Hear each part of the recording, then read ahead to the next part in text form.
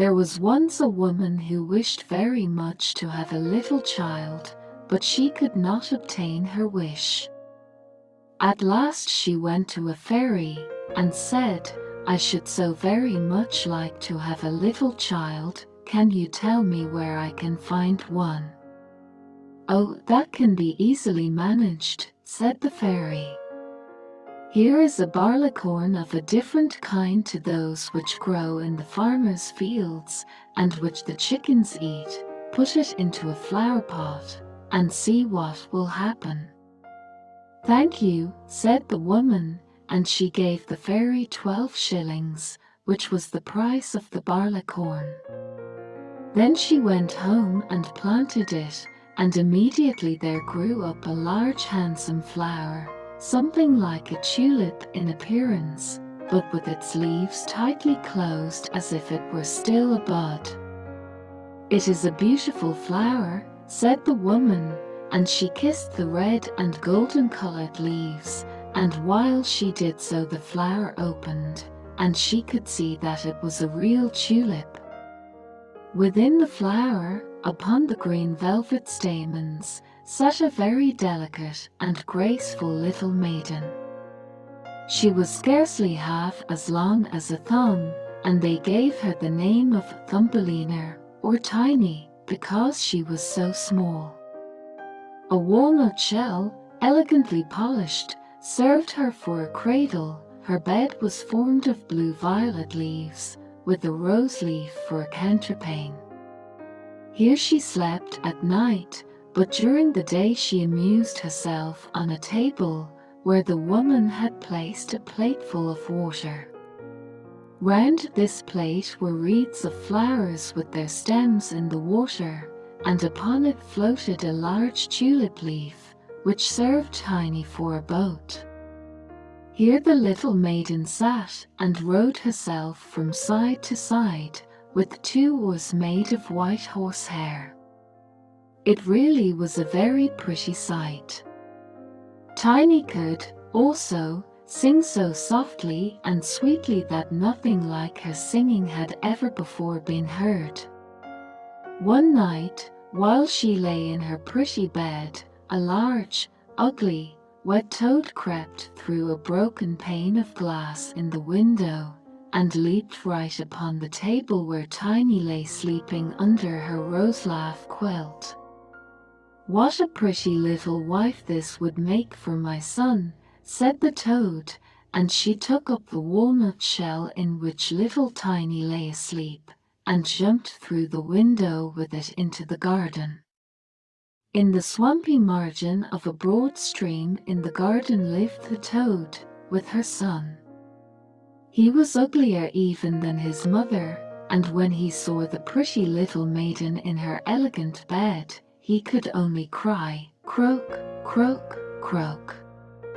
"Don't speak so loud, or she will wake," said the toad, "and then she might run away, for she is as light as swan's down. We will place her on one of the water lily leaves out in the stream. It will be like an island to her. She is so light and small, and then she cannot escape. And, while she is away, we will make haste and prepare the stateroom under the marsh, in which you are to live when you are married." Far out in the stream grew a number of water lilies, with broad green leaves, which seemed to float on the top of the water. The largest of these leaves appeared farther off than the rest, and the old toad swam out to it with the walnut shell, in which little Tiny lay still asleep.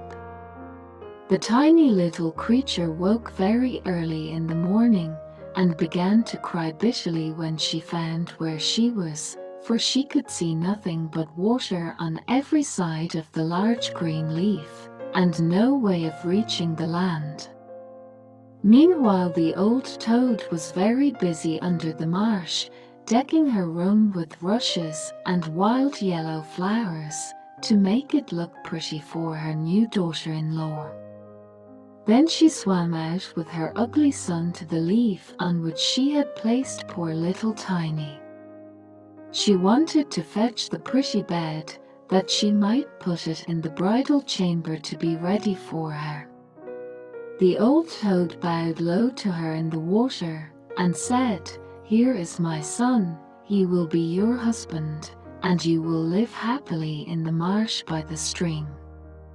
Croak, croak, croak, was all her son could say for himself, so the toad took up the elegant little bed, and swam away with it, leaving Tiny all alone on the green leaf, where she sat and wept.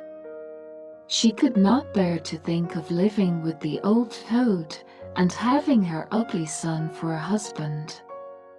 The little fishes, who swam about in the water beneath, had seen the toad, and heard what she said, so they lifted their heads above the water to look at the little maiden.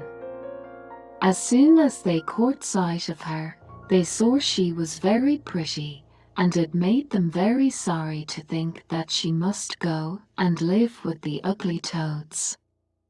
No, it must never be, so they assembled together in the water, round the green stalk which held the leaf on which the little maiden stood, and gnawed it away at the root with their teeth. Then the leaf floated down the stream, carrying Tiny far away out of reach of land. Tiny sailed past many towns, and the little birds in the bushes saw her, and sang, "What a lovely little creature!" So the leaf swam away with her farther and farther, till it brought her to other lands. A graceful little white butterfly constantly fluttered round her, and at last alighted on the leaf. Tiny pleased him, and she was glad of it, for now the toad could not possibly reach her, and the country through which she sailed was beautiful, and the sun shone upon the water, till it glittered like liquid gold. She took off her girdle and tied one end of it round the butterfly, and the other end of the ribbon she fastened to the leaf, which now glided on much faster than ever, taking little Tiny with it as she stood.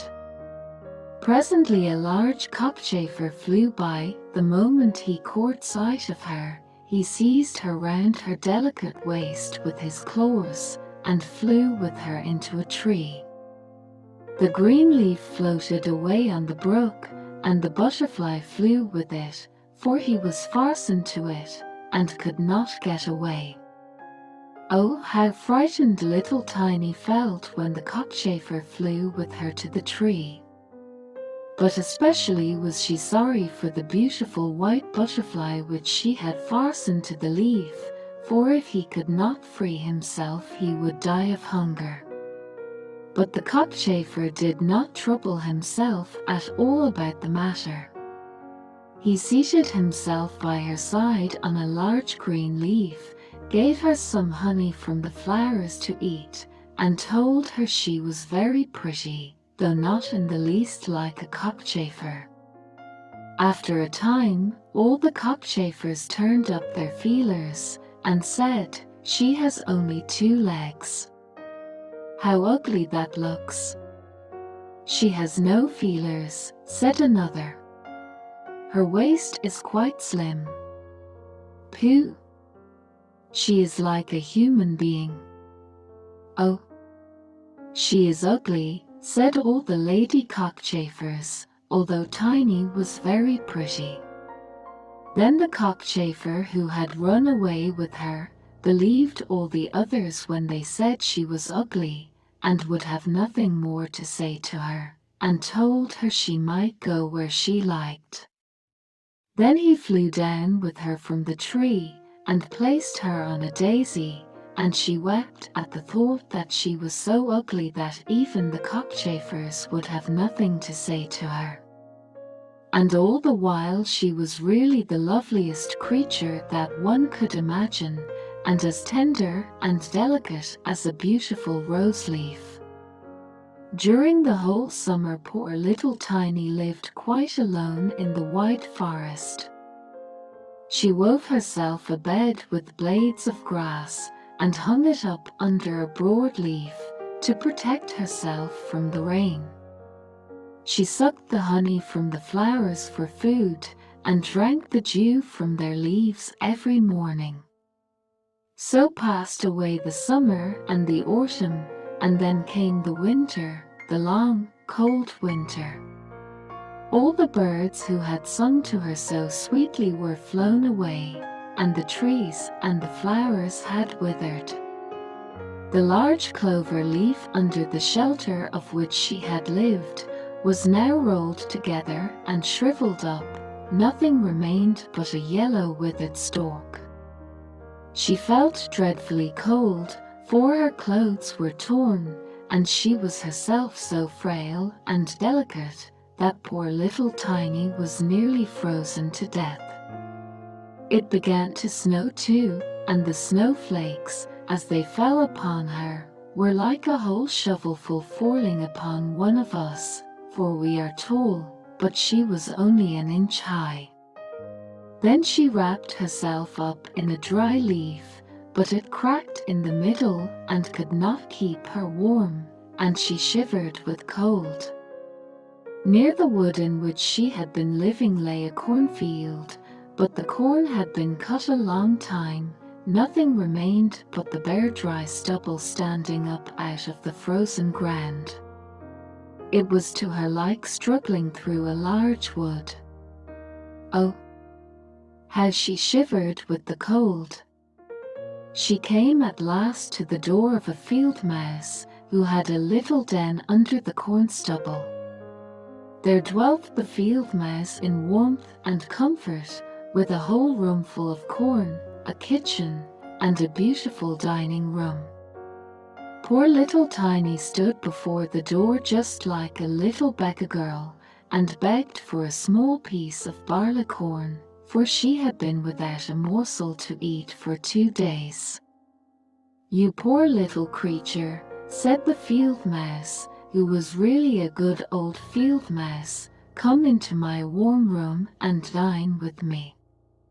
She was very pleased with Tiny, so she said, "You are quite welcome to stay with me all the winter, if you like, but you must keep my rooms clean and neat, and tell me stories, for I shall like to hear them very much." And Tiny did all the field mouse asked her, and found herself very comfortable.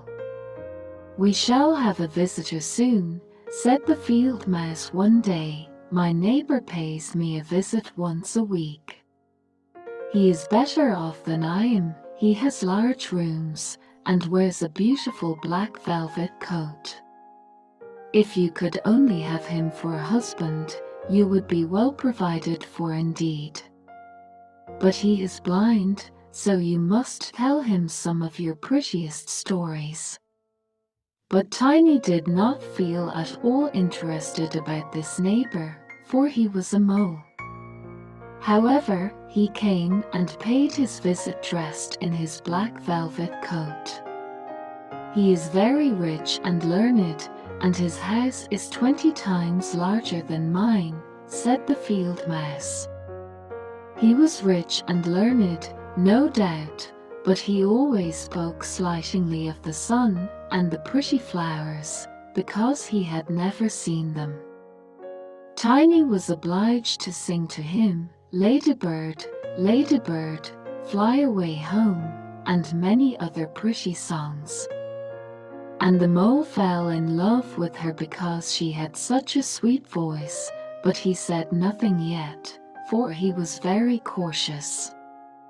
A short time before, the mole had dug a long passage under the earth, which led from the dwelling of the field mouse to his own, and here she had permission to walk with Tiny whenever she liked.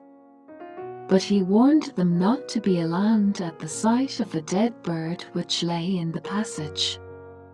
It was a perfect bird, with a beak and feathers, and could not have been dead long, and was lying just where the mole had made his passage. The mole took a piece of phosphorescent wood in his mouth, and it glittered like fire in the dark, Then he went before them to light them through the long, dark passage. When they came to the spot where lay the dead bird, the mole pushed his broad nose through the ceiling. The earth gave way, so that there was a large hole, and the daylight shone into the passage. In the middle of the floor lay a dead swallow, his beautiful wings pulled close to his sides, his feet and his head drawn up under his feathers. The poor bird had evidently died of the cold. It made little Tiny very sad to see it. She did so love the little birds. All the summer they had sung and twittered for her so beautifully. But the mole pushed it aside with his crooked legs, and said, "He will sing no more now. How miserable it must be to be born a little bird. I am thankful that none of my children will ever be birds, for they can do nothing but cry, tweet, tweet, and always die of hunger in the winter." "Yes, you may well say that, as a clever man," exclaimed the field mouse. "What is the use of his twittering? For when winter comes he must either starve or be frozen to death. Still, birds are very high bred." Tiny said nothing, but when the two others had turned their backs on the bird, she stooped down and stroked aside the soft feathers which covered the head, and kissed the closed eyelids. "Perhaps this was the one who sang to me so sweetly in the summer," she said, "and how much pleasure it gave me, you dear, pretty bird." The mole now stopped up the hole through which the daylight shone, and then accompanied the lady home. But during the night Tiny could not sleep, so she got out of bed and wove a large, beautiful carpet of hay. Then she carried it to the dead bird, and spread it over him, with some down from the flowers which she had found in the field mouse room. It was as soft as wool, and she spread some of it on each side of the bird, so that he might lie warmly in the cold earth. "Farewell, you pretty little bird," said she. "Farewell. Thank you for your delightful singing during the summer, when all the trees were green, and the warm sun shone upon us." Then she laid her head on the bird's breast, but she was alarmed immediately, for it seemed as if something inside the bird went thump, thump. It was the bird's heart. He was not really dead, only benumbed with the cold, and the warmth had restored him to life. In autumn, all the swallows fly away into warm countries, but if one happens to linger, the cold seizes it, it becomes frozen, and falls down as if dead. It remains where it fell, and the cold snow covers it.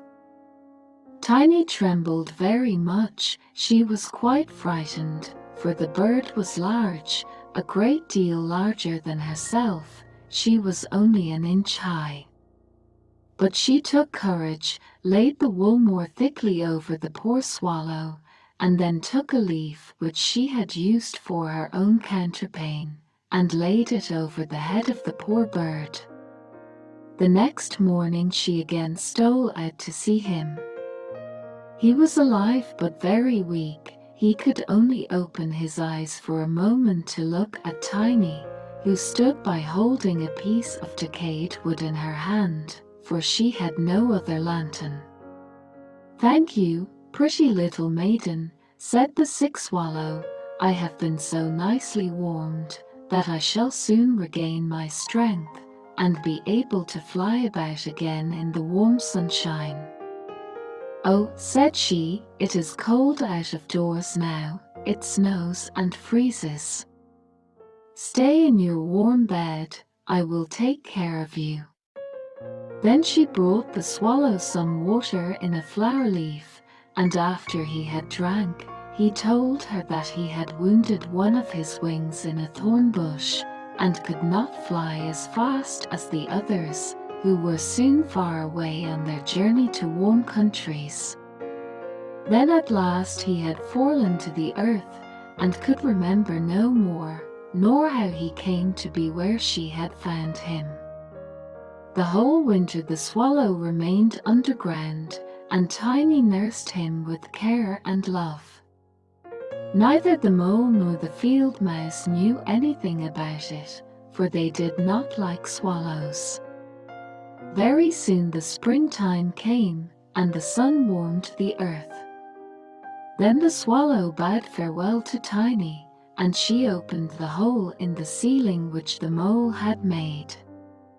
The sun shone in upon them so beautifully that the swallow asked her if she would go with him. She could sit on his back, he said, and he would fly away with her into the green woods. But Tiny knew it would make the field mouse very grieved if she left her in that manner, so she said, "No, I cannot." "Farewell, then, farewell, you good, pretty little maiden," said the swallow, and he flew out into the sunshine. Tiny looked after him, and the tears rose in her eyes. She was very fond of the poor swallow. "Tweet, tweet," sang the bird as he flew out into the green woods, and Tiny felt very sad. She was not allowed to go out into the warm sunshine.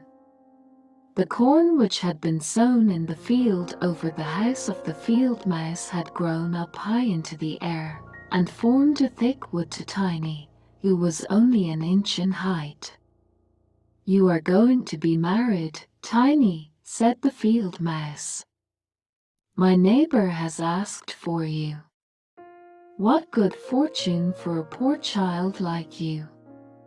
Now we will prepare your wedding clothes. They must be both woolen and linen. Nothing must be wanting when you are the mole's wife." Tiny had to turn the spindle, and the field mouse hired for spiders, who were to weave day and night. Every evening the mole visited her, and was continually speaking of the time when the summer would be over. Then he would keep his wedding day with Tiny, but now the heat of the sun was so great that it burned the earth, and made it quite hard, like a stone. As soon as the summer was over, the wedding should take place. But Tiny was not at all pleased, for she did not like the tiresome mole. Every morning when the sun rose, and every evening when it went down, she would creep out at the door, and as the wind blew aside the ears of corn, so that she could see the blue sky, she thought how beautiful and bright it seemed out there, and wished so much to see her dear swallow again. But he never returned, for by this time he had flown far away into the lovely green forest. When autumn arrived, Tiny had her outfit quite ready, and the field mouse said to her, "In 4 weeks the wedding must take place." Then Tiny wept, and said she would not marry the disagreeable mole. "Nonsense," replied the field mouse. "Now don't be obstinate, or I shall bite you with my white teeth. He is a very handsome mole. The queen herself does not wear more beautiful velvets and furs. His kitchen and cellars are quite full. You ought to be very thankful for such good fortune." So the wedding day was fixed, on which the mole was to fetch Tiny away to live with him, deep under the earth, and never again to see the warm sun, because he did not like it. The poor child was very unhappy at the thought of saying farewell to the beautiful sun, and as the field mouse had given her permission to stand at the door, she went to look at it once more. "Farewell, bright sun," she cried, stretching out her arm towards it, and then she walked a short distance from the house, for the corn had been cut, and only the dry stubble remained in the fields. "Farewell, farewell," she repeated, twining her arm round a little red flower that grew just by her side. "Greet the little swallow from me, if you should see him again." Tweet, tweet, sounded over her head suddenly. She looked up, and there was the swallow himself flying close by. As soon as he spied Tiny, he was delighted, and then she told him how unwilling she felt to marry the ugly mole, and to live always beneath the earth, and never to see the bright sun any more. And as she told him, she wept. "Cold winter is coming," said the swallow, "and I am going to fly away into warmer countries. Will you go with me? You can sit on my back and fasten yourself on with your sash. Then we can fly away from the ugly mole and his gloomy rooms, far away over the mountains into warmer countries where the sun shines more brightly than here, where it is always summer and the flowers bloom in greater beauty. Fly now with me, dear little Tiny. You saved my life when I lay frozen in that dark passage." "Yes, I will go with you," said Tiny, and she seated herself on the bird's back, with her feet on his outstretched wings, and tied her girdle to one of his strongest feathers. Then the swallow rose in the air and flew over forest and over sea, high above the highest mountains, covered with eternal snow. Tiny would have been frozen in the cold air, but she crept under the bird's warm feathers, keeping her little head uncovered, so that she might admire the beautiful lands over which they passed. At length they reached the warm countries, where the sun shines brightly, and the sky seems so much higher above the earth. Here, on the hedges and by the wayside, grew purple, green, and white grapes, lemons and oranges hung from trees in the woods, and the air was fragrant with myrtles and orange blossoms. Beautiful children ran along the country lanes, playing with large gay butterflies, and as the swallow flew farther and farther, every place appeared still more lovely. At last they came to a blue lake, and by the side of it, shaded by trees of the deepest green, stood a palace of dazzling white marble, built in the olden times. Vines clustered round its lofty pillars, and at the top were many swallows' nests, and one of these was the home of the swallow who carried Tiny. "This is my house," said the swallow, "but it would not do for you to live there. You would not be comfortable. You must choose for yourself one of those lovely flowers, and I will put you down upon it, and then you shall have everything that you can wish to make you happy." "That will be delightful," she said, and clapped her little hands for joy. A large marble pillar lay on the ground, which, in falling, had been broken into 3 pieces. Between these pieces grew the most beautiful large white flowers, so the swallow flew down with Tiny, and placed her on one of the broad leaves. But how surprised she was to see in the middle of the flower a tiny little man, as white and transparent as if he had been made of crystal. He had a gold crown on his head, and delicate wings at his shoulders, and was not much larger than Tiny herself. He was the angel of the flower, for a tiny man and a tiny woman dwell in every flower, and this was the king of them all. "Oh, how beautiful he is," whispered Tiny to the swallow.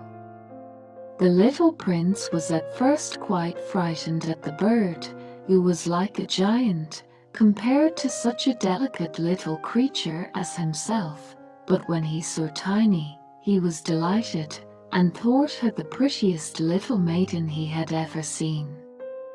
He took the gold crown from his head, and placed it on hers, and asked her name, and if she would be his wife, and queen over all the flowers. This certainly was a very different sort of husband to the son of a toad, or the mole, with my black velvet and fur, so she said, yes, to the handsome prince. Then all the flowers opened, and out of each came a little lady or a tiny lord, all so pretty it was quite a pleasure to look at them. Each of them brought Tiny a present, but the best gift was a pair of beautiful wings, which had belonged to a large white fly, and they fastened them to Tiny's shoulders, so that she might fly from flower to flower. Then there was much rejoicing, and the little swallow who sat above them, in his nest, was asked to sing a wedding song, which he did as well as he could, but in his heart he felt sad, for he was very fond of Tiny, and would have liked never to part from her again. "You must not be called Tiny any more," said the spirit of the flowers to her. "It is an ugly name, and you are so very pretty. We will call you Meyer." "Farewell, farewell," said the swallow, with a heavy heart, as he left the warm countries to fly back into Denmark. There he had a nest over the window of a house in which dwelt the writer of fairy tales. The swallow sang, "Tweet, tweet," and from his song came the whole story.